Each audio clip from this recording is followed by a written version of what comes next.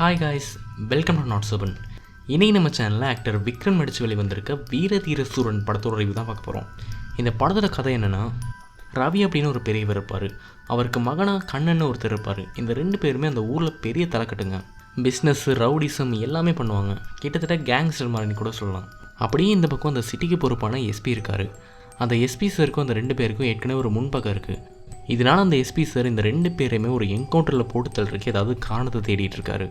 அவர் நினச்ச மாதிரியே ஒரு நாள் நைட்டு அதுக்கான காரணமும் கிடச்சிருச்சு. இது அந்த ரெண்டு பேருக்கும் தெரிஞ்சு அந்த ரெண்டு பேரும் எப்படியாச்சும் இந்த ஒரு நைட் கடந்துட்டால் போதும், அதுக்கப்புறம் காலையில் போய் அந்த கோர்ட்டில் சரணடைஞ்சிடலாம் அப்படின்னு யோசிக்கிறாங்க. ஆனால் இந்த பக்கம் அந்த எஸ்பி சார் எப்படியாச்சும் இந்த நைட் முடிகிறதுக்குள்ளே அவங்கள போட்டு தள்ளி ஆகணும் அப்படின்னு ரொம்ப தீவிரமாக தேடிட்டு இருக்காரு.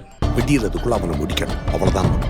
இதனால் அந்த ரவி அப்படிங்கிறது பெரியவர் அந்த எஸ்பி சார் எப்படியாச்சும் போட்டு தள்ளனா இந்த பிரச்சனை எல்லாத்துக்குமே தீர்வு கிடச்சிரும் அப்படின்னு யோசிக்கிறாரு.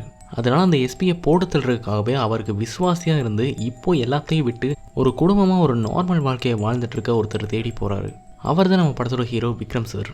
அவர்கிட்ட போய் கஷ்டப்பட்டு கன்வின்ஸ் பண்ணி காலில் விழுந்து கெஞ்சி அவரை ஒத்துக்க வச்சிடறாரு. செவனேன்னு இருந்த வடிவில் சேத்துல விழ வச்ச கதையா நல்லா நார்மலாக சந்தோஷமாக வாழ்ந்துட்டு இருக்க விக்ரம் சாரை கூப்பிட்டு வந்து அது ரெண்டு சைடுக்கு இடையில மாட்டி விட்டாங்க.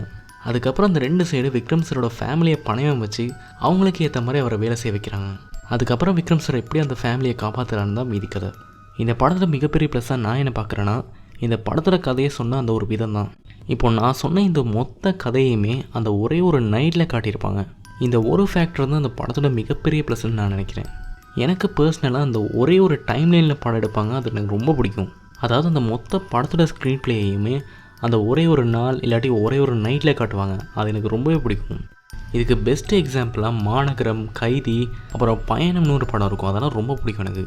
அந்த ஒரு டைப்பில் தான் இந்த ஒரு படத்தை எடுத்திருப்பாங்க. ஒரே ஒரு சின்ன ஃப்ளாஷ்பேக் மட்டும் இருக்கும்.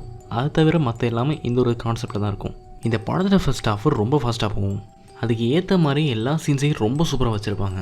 குறிப்பாக ஃபர்ஸ்ட் ஹாஃபில் ஒரு சீன் வரும். கிட்டத்தட்ட தியேட்டரில் இருக்க எல்லாரையுமே சீட் எச்சில் கொண்டு வந்திருப்பாங்க. அந்தளவுக்கு அந்த சீன் இருக்கும். இதே மாதிரி ஃப்ளாஷ்பேக்கில் ஒரு சீனை காட்டுவாங்க, அதுவும் செம்மையாக இருக்கும். இப்போ இந்த படத்தோட மைனஸை பற்றி பார்த்தோம்னா, இந்த படத்தோட மிகப்பெரிய மைனஸே அதோட ஸ்க்ரீன் பிளே தான். படத்தோட ஃபர்ஸ்ட் ஹாஃப் ரொம்ப ஃபாஸ்ட்டாக போணுச்சு. ஆனால் செகண்ட் ஹாஃபில் அந்த ஃப்ளாஷ்பேக் தாண்டி வர சீன்லாம் ரொம்ப லேகு. குறிப்பாக கிளைமேக்ஸ்லாம் எப்படா முடியுன்ற அளவுக்கு அந்த மாதிரி ரொம்ப ஸ்லோவாக எடுத்துட்டாங்க. அதோட படத்தில் நிறைய லாஜிக் மிஸ்டேக். அதோட இந்த படத்தோட ஸ்டார்டிங் எப்படி இருந்துச்சுன்னா, இப்போ நீங்கள் ஒரு தியேட்டருக்கு போய் ஒரு படம் பார்க்க போகிறீங்கன்னு வச்சுக்கோங்க. இப்போ அந்த படத்தை 10:30 ஸ்டார்ட் பண்ணுறாங்கன்னா நீங்கள் ஒரு 11 மணிக்கு அங்கே போனீங்கன்னா ஒரு ஷோ ஓடும் இல்லையா? அந்த மாதிரி ஒரு படத்தோட 30 மினிட்ஸை கழிச்சிட்டு இடையில கொண்டு போய் உங்களை விட்டால் எப்படி இருக்குமோ அந்த மாதிரி தான் இந்த படத்தோட ஸ்டார்டிங் இருந்துச்சு. இந்த படம் வாரதுக்கு முன்னாடி சொன்னாங்க இது ஒரு பார்ட் 2 மாதிரி தான். அதோட பார்ட் 1 தான் எல்லாத்துக்குமான எக்ஸ்ப்ளனேஷனும் இருக்கும்னு சொன்னாங்க. அதுக்கு ஏற்ற மாதிரியே இந்த படத்தில் நிறைய பேக் ஸ்டோரி சொல்ல வேண்டியிருக்கு. இது எல்லாமே ஒரு ஃப்ளாஷ்பேக்காக பார்ட் 1 வரும்னு நினைக்கிறேன். ஒருவேளை இந்த மற்ற பாட்டு வந்ததுக்கப்புறமா அதையும் இதையும் ரெண்டையும் சேர்த்து வச்சு பார்த்தோன்னா ஒரு கண்டினியூட்டி கிடைக்கும்னு நினைக்கிறேன். என்னதான் அப்படி இருந்தாலும் ஒரு எண்ட் ஆஃப் த டே அதை ஒரு கண்டினியூட்டி மிஸ்டேக்காக தான் என்னால் பார்க்க முடியுது. அடுத்தது அந்த படத்தில் நடித்த ஆக்டர்ஸ். அந்த எஸ்பி கேரக்டரில் எஸ்ஜே சூர்யா ப்ளே பண்ணியிருப்பார்.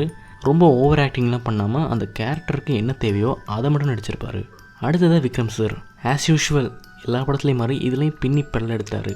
விக்ரம் சாரை பற்றி சொல்லப்போனால் இந்த ஒரு விஷயம் எனக்கு எப்பயுமே தோணும். அவருக்கு ஆல்மோஸ்ட் 58 வயசாகிடுச்சு. ஆனால் அவரை பார்க்கும்போது ஒரு 30 இயர்ஸ் கூட சொல்ல முடியாது. அந்தளவுக்கு அவரோட ஃபிசிக்கை ரொம்ப சூப்பராக மெயின்டைன் பண்ணுறாரு. இப்போ விஜய் சாரோட ஏதாவது ஒரு படம் வந்துச்சுன்னா அவரோட ஃபிட்னஸை வச்சே அவரை ப்ரைஸ் பண்ணுவாங்க. ஆனால் அந்த மாதிரி ஏன் விக்ரம் சாரை ப்ரைஸ் பண்ண மாட்டேங்கிறான்னு எப்பயுமே எனக்கு ஒரு வருத்தம் இருக்கும்.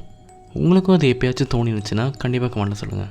ஓவராலாக அந்த படம் எப்படி இருக்குன்னா, நான் சொன்ன இந்த மிஸ்டேக் எல்லாத்தையும் கொஞ்சம் சரி பண்ணியிருந்தால் ஒரு மாஸ்டர் பீஸ் லெவலுக்கு இந்த படம் வந்திருக்கும்.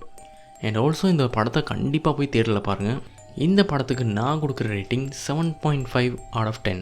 ஆல்சோ இந்த வீடியோவை இப்போயும் முடிச்சுக்கலாம். அண்ட் தேங்க்ஸ் ஃபார் வாட்சிங்.